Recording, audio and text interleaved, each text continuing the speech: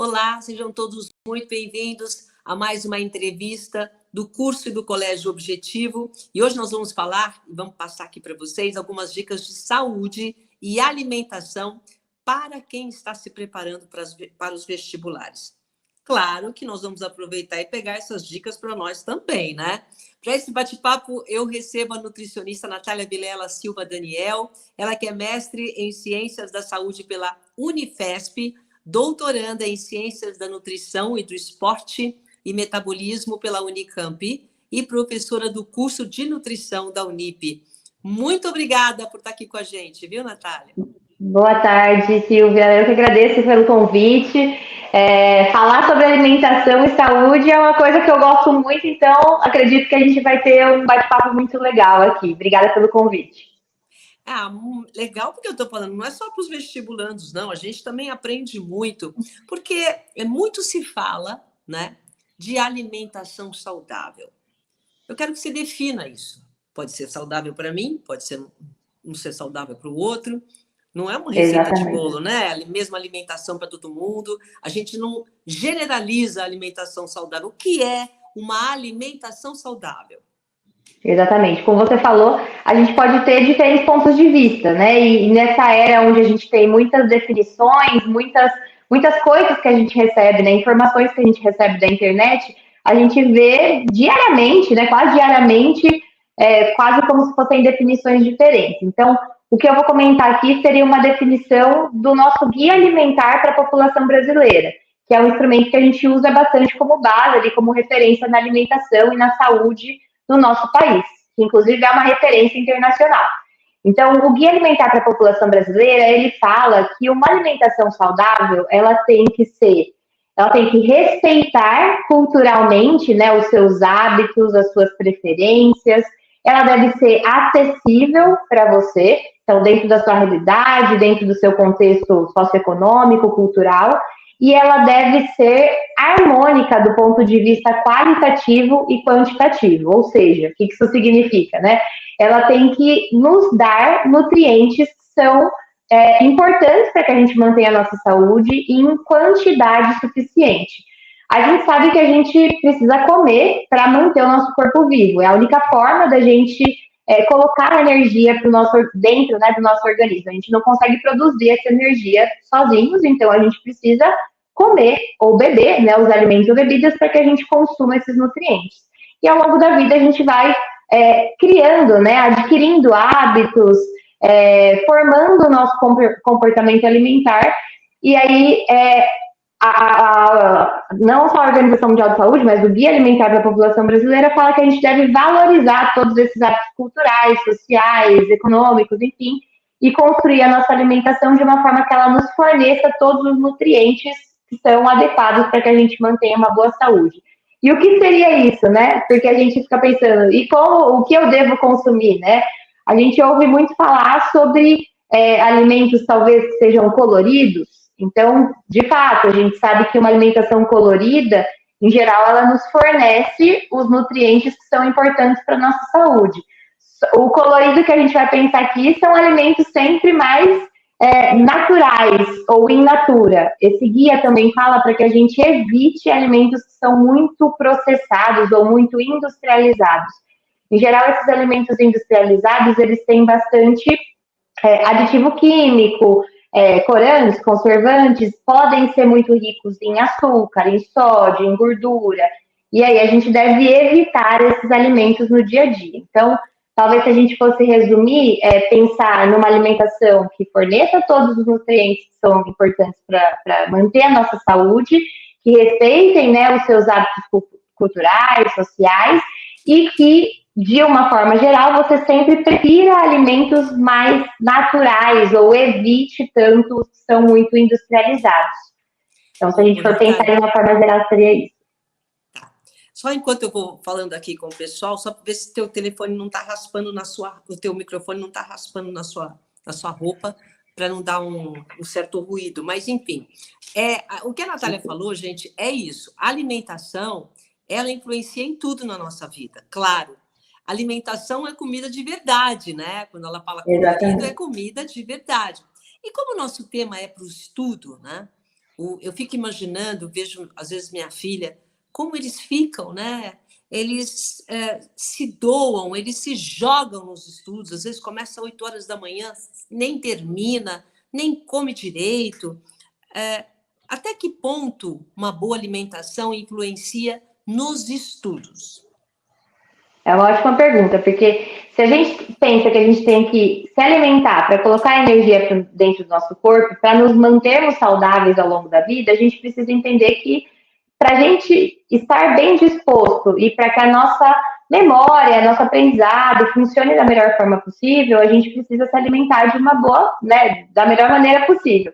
Então, se você, por exemplo, fizer muitas restrições ou não se lembrar de ter uma alimentação que tenha os nutrientes importantes para a sua saúde, talvez você não esteja no seu 100% ali do funcionamento, não só para a consolidação da memória e aprendizado, mas para a própria disposição no dia a dia. Então, o que seria legal que a gente pensasse no dia a dia? Que a gente coma alimentos que nos deem energia, mas que essa energia venha também junto com outros nutrientes, como vitaminas e minerais. Os nutrientes que nos dão energia, a gente até fala, talvez você já tenha ouvido falar, né, do ponto de vista nutricional, a gente fala dos nomes, né, carboidrato, proteína, gordura, eles nos fornecem energia. Mas as vitaminas e minerais, elas também são fundamentais para que a gente aproveite muito bem dessa energia que foi colocada ali para dentro do nosso corpo. Então, o que a gente pode preferir no dia a dia? Né? O que a gente não pode se esquecer? De colocar, de inserir as frutas, verduras, legumes, que são alimentos que são fontes dessas vitaminas minerais, e além de vitaminas e minerais, de algumas substâncias que são importantes para que o nosso corpo funcione da melhor maneira possível, para que a gente tenha uma boa imunidade, para que a gente se mantenha bem disposto. Eu não sei se agora está melhor o som, Silvia, se tiver ainda com muito ruído, você me fala.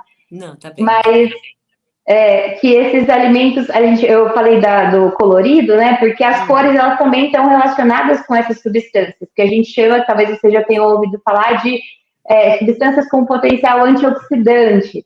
Então, quando a gente mistura, por exemplo, um vegetal verde escuro com vermelho, ou um verde com roxo, laranja, a gente consome não só nutrientes diferentes, mas substâncias que estão ali que podem atuar com esse potencial antioxidante, anti-inflamatório. Então, além deles manterem o nosso corpo mais protegido, né, contra possíveis doenças, infecções, a gente também mantém esse corpo funcionando com uma qualidade, com uma maior eficiência, talvez, como ele pode funcionar no dia a dia. É claro que todo jovem, né, quando está... Esse é o nosso tema.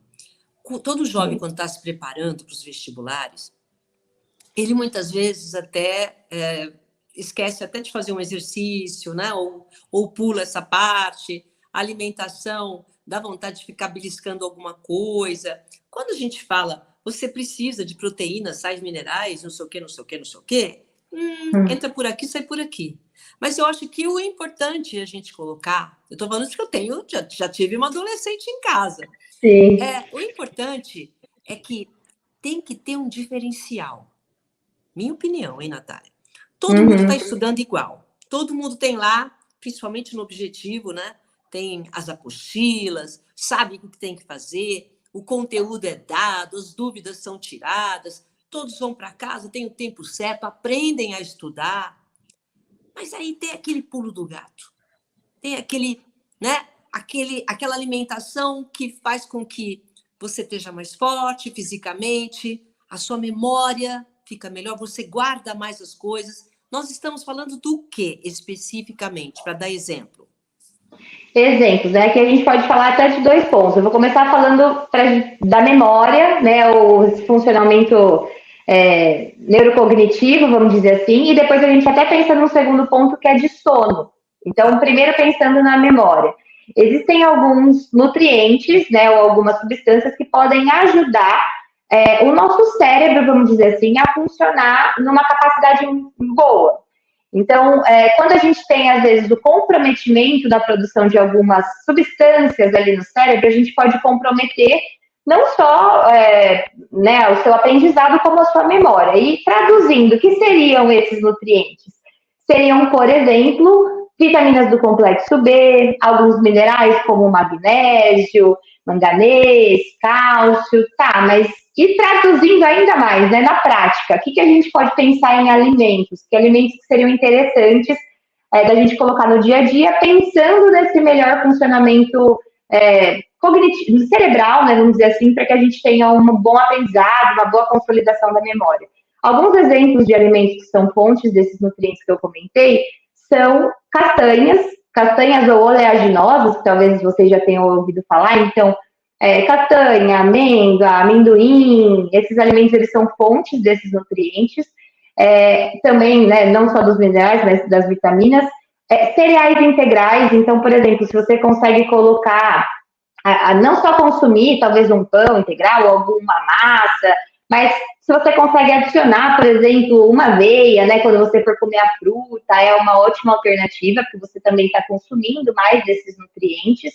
Além disso, se você, por exemplo, conseguir, né, incluir ali os vegetais, as saladas, verduras, legumes no dia a dia, você pode temperá-los, por exemplo, com um pouco de azeite, que é rico em um tipo de gordura que também ajuda nesse funcionamento cerebral, né, nessa produção de substâncias que podem ajudar ali na consolidação da memória, no aprendizado, que são coisas do que você já tem ouvido falar também de ômega 3.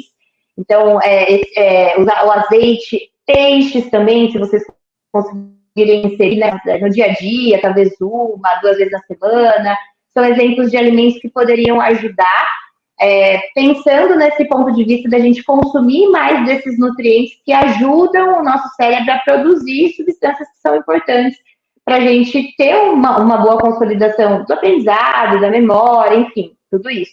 Mas eu comentei do sono porque a gente também precisa dormir bem para que a gente tenha essa consolidação da memória, do aprendizado, de tudo que a gente estudou durante o dia. Você até comentou, né, que às vezes tem os diferenciais. A gente sabe que todos vocês estão estudando, né, durante o ano, ou durante muito tempo, então a gente tem que pensar em tudo, né, nesses diferenciais também que podem fazer com que a gente chegue mais preparado, né, no momento do vestibular. E às vezes a gente se preocupa, né, em fazer os exercícios, as listas, estudar as apostilas, como você falou, mas ter uma boa alimentação e dormir muito bem faz toda a diferença, né? Não só na reta final, como ao longo do ano, aí, ao longo da preparação. Eu gosto de falar bastante de sono porque eu, no meu mestrado e no meu doutorado, eu estudo a relação do sono com a alimentação também. Então, eu tenho um pezinho ali nesse assunto que é bem de minha preferência, vamos dizer assim. Então, até se eu, né, puder comentar aqui, talvez alguns cuidados, né, relacionados. Por favor, você já falou que é bom para a memória. Porque o sono é fundamental, principalmente quando a gente fica mais velho, a gente sabe como o sono faz falta. Normalmente, o adolescente dorme bastante, mas nós não estamos falando daquela dormida à tarde, nós estamos falando de dormir bem à noite. E muitas vezes fica estudando até tarde, passa do horário. Qual tipo de alimentação que é melhor antes de dormir? Por favor, essa resposta é para jovem e para nós também, porque eu vou aproveitar. Vale para todo mundo, né? É bom que a gente se preocupe com o nosso sono, porque é isso que você comentou, não só durante essa preparação para o vestibular, né? A gente precisa dormir bem na nossa vida toda. Então, eu vou comentar da alimentação e também depois alguns hábitos que a gente pode pensar para ter uma boa noite de sono, vamos dizer assim, uma boa qualidade. Então, a gente sabe que o sono ele é importante para que a gente, de fato, tenha uma consolidação da memória, de tudo que você aprendeu, estudou, né, durante o dia. É importante que você tenha esse sono restaurador, para que você consiga armazenar aquelas informações que você foi colocando ali ao longo do dia. E existem alguns cuidados que a gente pode pensar de alimentação, tanto de alimentos ou bebidas, né, que a gente deve evitar, assim como os que a gente pode consumir. Então, o que a gente deve evitar para não atrapalhar o sono? Por exemplo, consumir alimentos que são estimulantes, talvez do meio da tarde para frente. Então, se alguém tem hábito de tomar muito café, ou energético, né, ou bebidas, mesmo refrigerantes que sejam ricos em cafeína, talvez seja o ideal evitar consumir essas bebidas depois, talvez, das 4 ou 6, né, da tarde, ali, vamos pensar, do meio da tarde para frente. Porque isso pode comprometer a qualidade do seu sono. Então, evitar essas bebidas estimulantes. E o que pode ajudar? Ah, outra coisa, né? Antes de eu falar de ajudar. A gente também deve evitar refeições que são muito volumosas antes de dormir. Talvez todo mundo já tenha ouvido falar, evitar comer um prato muito grande, muito cheio, logo antes de se deitar. Isso não está só relacionado a um desconforto, talvez, gastrointestinal, mas também pode atrapalhar um pouco do seu sono. Então, cuidado, né, para não ficar, por exemplo, estudando a tarde toda, a noite toda, e aí quando você percebeu, já está muito tarde, e aí você está morrendo de fome e vai comer uma grande quantidade. Evite fazer isso. Se você conseguir, tente criar o hábito de fazer pausas, né, consumir talvez um lanche no meio da tarde, depois jantar não muito próximo ao momento que você for dormir, porque se você consumir um grande volume, né, um prato muito grande, isso pode atrapalhar. Assim como se você consumir alimentos que demoram muito tempo para fazer digestão. Então, talvez um alimento que seja muito rico em gordura, né, muito gorduroso, talvez não seja bom antes de dormir. E daí pode atrapalhar um pouquinho o seu sono. Isso vale para todo mundo, né? E assim como o que pode ajudar, né? O que será que a gente pode consumir se eu tiver... a gente sabe que no dia a dia e antes do vestibular, talvez tenha dias que a gente fica mais ansioso, né? E aí a gente, às vezes, se preocupa um pouco mais, não consegue dormir, e aí você fica nervoso, porque você sabe que é importante você dormir, e aí não consegue dormir. O que a gente poderia consumir? Aí, né, Silvia, a gente já deve ter ouvido falar, o pessoal já deve ter ouvido falar no famoso leitinho morninho, talvez, né, que as nossas vós, tias, né, ou família falava. Eu achei que isso fosse psicológico, tipo assim, como eu tomava um leitinho morninho, tem uma amiga minha que ela precisa tomar café com leite com pão misturado ali. Molhado ali. Molhado, por quê? Porque a memória afetiva dela, antes dela dormir, dava desde pequenininha. Então, aqui, ela foi levando. Não sei, tem a ver isso? A memória afetiva? Sei lá. E mais do que ter a memória afetiva, esse leite, né, quentinho ali, morninho antes de dormir, ele não é só uma receita afetiva, ou uma receita da família, né, um hábito, uma memória afetiva. Ele também tem uma explicação fisiológica, né? Então, o leite, ele tem bastante de uma substância que pode ajudar a nossa produção de melatonina, por exemplo, né? Que é uma coisa que a gente ouve falar bastante hoje em dia. Tem gente que, inclusive, consome, mas a gente não precisa se preocupar quando a gente tem uma boa produção. Todos nós produzimos, né, melatonina, que a gente pode considerar como um indutor do sono, e tem alguns alimentos que podem ajudar nessa produção. Então, o leite é fonte de leitinho morninho. O morninho está mais relacionado, talvez, até com esse afetivo ali, com esse conforto. Mas o leite, de alguma forma, se você tiver hábito de consumir fruta, existem algumas frutas também que têm algumas dessas substâncias que aumentam na produção de melatonina. Então, a banana, o kiwi, a aveia também tem sido estudada. Então, se você quiser colocar um pouquinho de aveia, fazer um mingau, talvez, ali antes de dormir, né? Um pouquinho de aveia, banana, o leite, são receitas ali que podem ajudar antes de dormir. Além dos chás, né? Tem alguns chás que também são mais... tem uma característica mais calmante, então se você tiver o hábito de tomar chá, talvez um de camomila, um de maracujá, eles podem te deixar um pouco mais relaxados e aí favorecer, né, esse início do sono. Então, essas são dicas não só do dia a dia, não só para todos nós, mas que também podem ser usadas na véspera, né, das provas, dos simulados, enfim. São estratégias para a gente ir treinando e testando no dia a dia para deixar a gente mais tranquilo para dormir. Então, a gente não pode comer muito, né? Aquele pratão, vai comer uma feijoada antes de dormir? Não dá, porque tem toda a digestão. A gente tem que tomar cuidado, né? Tomar umas 2 horas antes, pelo menos, antes de dormir, ter uma alimentação balanceada. Isso tá maravilhoso. Se você não conseguir dormir ou tiver problemas para dormir, já sabe que, né, nesse finalzinho, assim, da noite, já começar a consumir menos alimentos, mas também tem essas dicas, né? Do leitinho, da banana com aveia, achei o máximo, que né, você comer. E kiwi, o kiwi eu achei que fosse um pouco cítrico, mas kiwi, então tem alguma substância aí, é bom para comer à noite, né? Gostei dessa. Tem alguns estudos, inclusive, que testam 2 kiwis antes de dormir. Eles são, além de terem um pouquinho dessa substância que aumenta a produção de melatonina, tem algumas vitaminas, minerais, que também estão relacionados ao início do sono. Então é engraçado. Aqui no Brasil a gente não tem hábito, mas tem, inclusive em alguns outros países, eles testam suco de cereja. Cereja também é uma outra fruta bastante estudada do sono. Então tem algumas estratégias. E além da alimentação, né? A gente também tem que ter cuidado para não outros hábitos que estão relacionados ao sono. Então, evitar ficar mexendo em tela, né, no celular, computador, TV, muito próximo ao momento de dormir, porque a luminosidade atrapalha na produção de melatonina ou no início do sono. Então, não adianta você se preocupar, né, com outras coisas e ficar ali com o celular claro, com a luz ali na sua cara. Daí realmente vai dificultar. Então, é um conjunto, né? Você comentou mais perto da hora de dormir, talvez consumir esses alimentos, diminuindo a luz, evitar ficar mexendo no celular, ficar mais tranquilo, né? Fazer alguma atividade, sei lá, uma leitura. Agora, assim, eu imagino, né? Eu lembro da época que eu estudava bastante, a gente acaba passando dos limites. A gente muitas vezes quer estudar também à noite, que dormir, que nada, eu preciso estudar. E aí você começa, ali no café, nos energéticos. Isso é coisa que ainda existe. As pessoas ficam tomando energético para ficar, né? Tá acostumado a dormir aquele horário, não pode dormir porque tem que estudar. Qual que é o limite de consumo de energéticos ou de produtos com muita cafeína para ficar acesos, para poder estudar? Essa é uma ótima pergunta, porque acho que faz parte, né, do dia a dia, o hábito de muitos dos que estão nos ouvindo, eu imagino. Então, o que a gente tem que tomar cuidado é não exagerar, né? Essas recomendações, elas existem alguns valores, mas a gente também tem que ficar atento porque existe uma diferença individual, né? Tem pessoas que são mais sensíveis ao efeito da cafeína, e aí você deve observar como que é ali na sua realidade.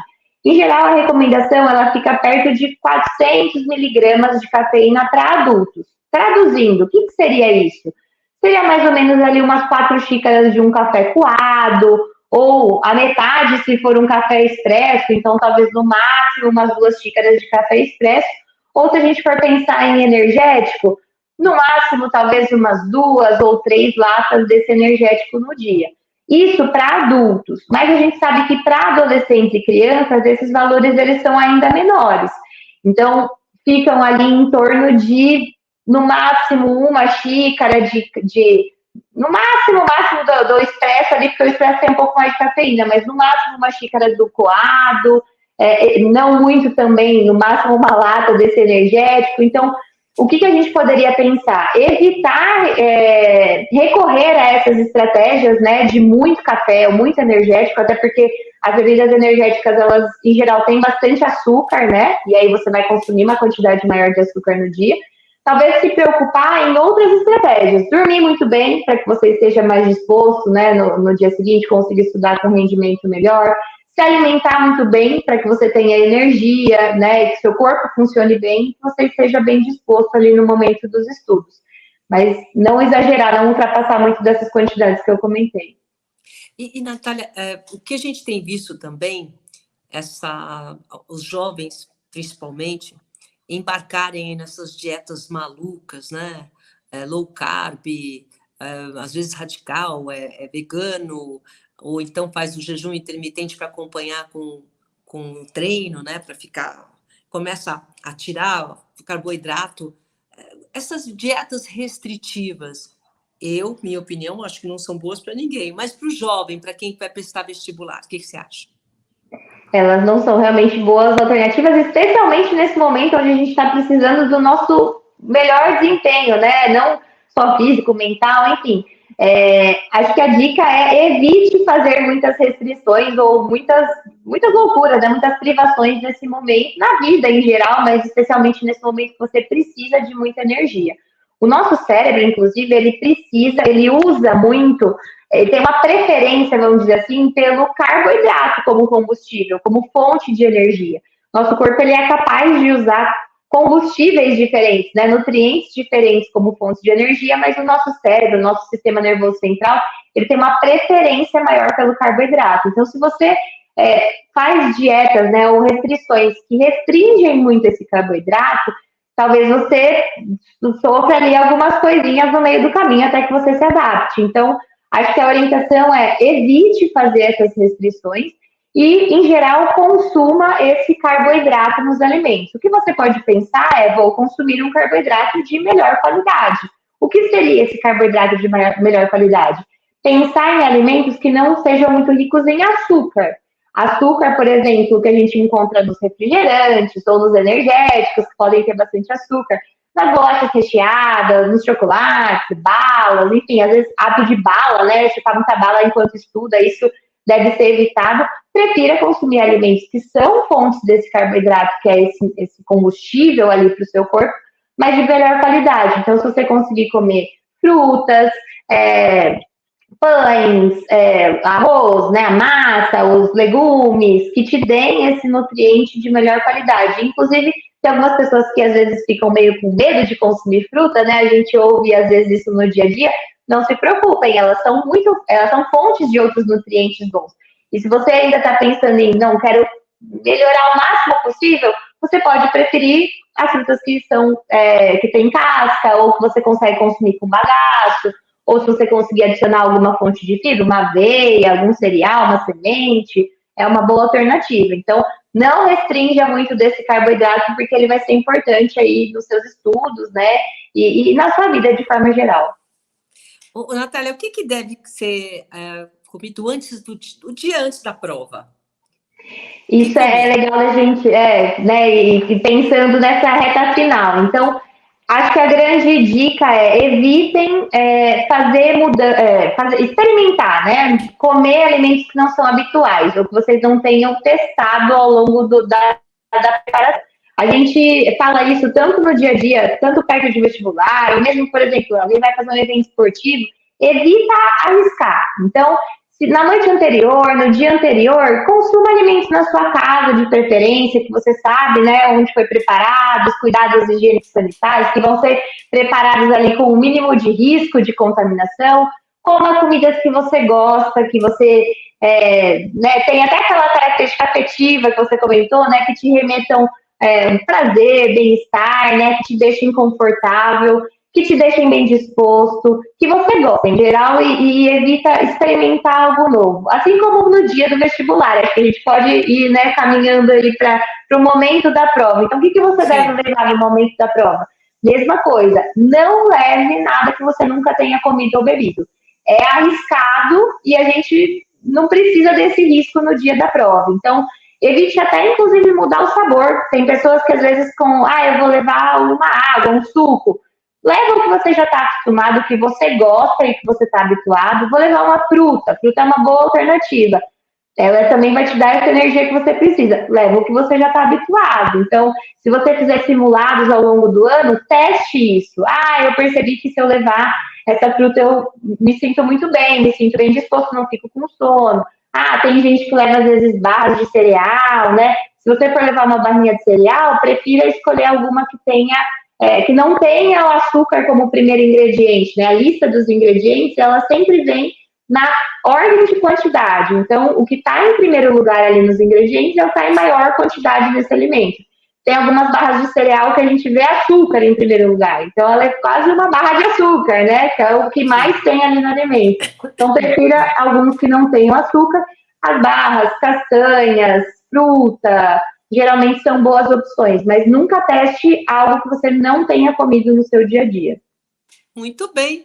Natália, super obrigada, viu? Grandes dicas aqui para os nossos vestibulandos, para os jovens e para a gente também. Dá para aproveitar aí, pegar carona nessas dicas. Muito obrigada pelo seu tempo aqui com a gente, viu? Eu que agradeço, Silvia. Um ótimo estudo, ótima preparação aí para todos e ótimas provas para todos. Espero que tenha ajudado. Muito bem. Só lembrando que esse encontro, essa entrevista, fica à disposição nas nossas redes sociais, nas nossas plataformas, tá bom? Obrigada pela companhia e até a próxima.